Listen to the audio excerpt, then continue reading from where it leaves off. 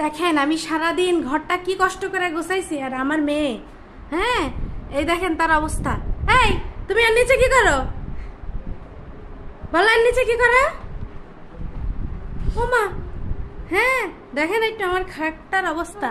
আর যত কাপড় চোপড় ছিল র্যাকে ভাঁজ করা সব নিয়ে এসে এই যে বিছানার নিচে দিছে। কি করবা ওগুলো, কি করবা?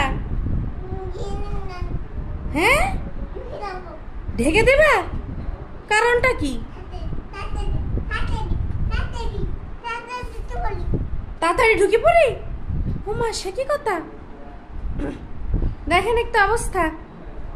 এইরকম একটা গুছানো লোক যদি ঘরে থাকে, হ্যাঁ তাহলে তাহলে আর ঘর গোছানোর দরকার হয় বলেন? একটা একটা করে আমি গুছাই, ঝাড় দিয়ে গেছি রান্না করতে, তো এসে দেখি দেখেন দেখেন একটু অবস্থাটা। তুমি ওর ভিতরে কি করতেছো তুমি? এটা শুনি আমি।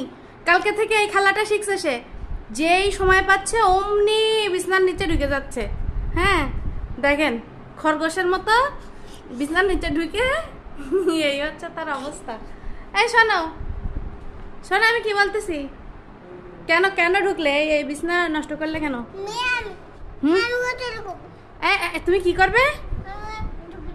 এর ভিতর ঢুকে যাবা? তাড়াতাড়ি ঢুকে পড়ি। কেন কেন কেন? শোনো শোনো, তুমি কেন তাড়াতাড়ি ঢুকে পড়তেছো এর ভিতরে? ওখানে কি? এখানে শোনো, এইখানে যে ধুলা আছে না, এটা তোমার গায়ে লাগলে তো চুলকাবে অনেক, জানো? তুমি জানো? জানো না? তা আমি যে বলতেছি তা তোমার এই ছোট্ট কানটায় ঢোকে না? এই শোনো শোনো, আমার কথা শোনো, তুমি পরে ঢুকে পড়ো। এই এই এই শোনো, তুমি কারণে অকারণে যে এই কাজগুলো করো, কেন করো? এই বিছনা আম্মা এখন গুছাই গেল, তুমি কেন গুলালে বলো? কেন এত উৎপাত করো?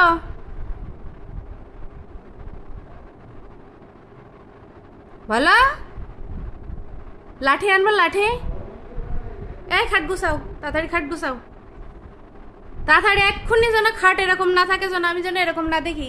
আর দুনিয়া এসে র্যাকের কাপড় চোপড় এনে সবেই নাও, সব গুছাই দিচ্ছে, এবার নাও। কিসের জন্য এরকম করো তুমি? চুপ করে শুয়ে থাকলে হবে? খাট গুছাও, ওটা খাট গুছাও। পারবে তো? আচ্ছা পানি এনে দিচ্ছি, তুমি খাটটা গুছাও, পানি এনে তাড়াতাড়ি তাড়াতাড়ি তাড়াতাড়ি খাস গুছাতে হবে, তাড়াতাড়ি।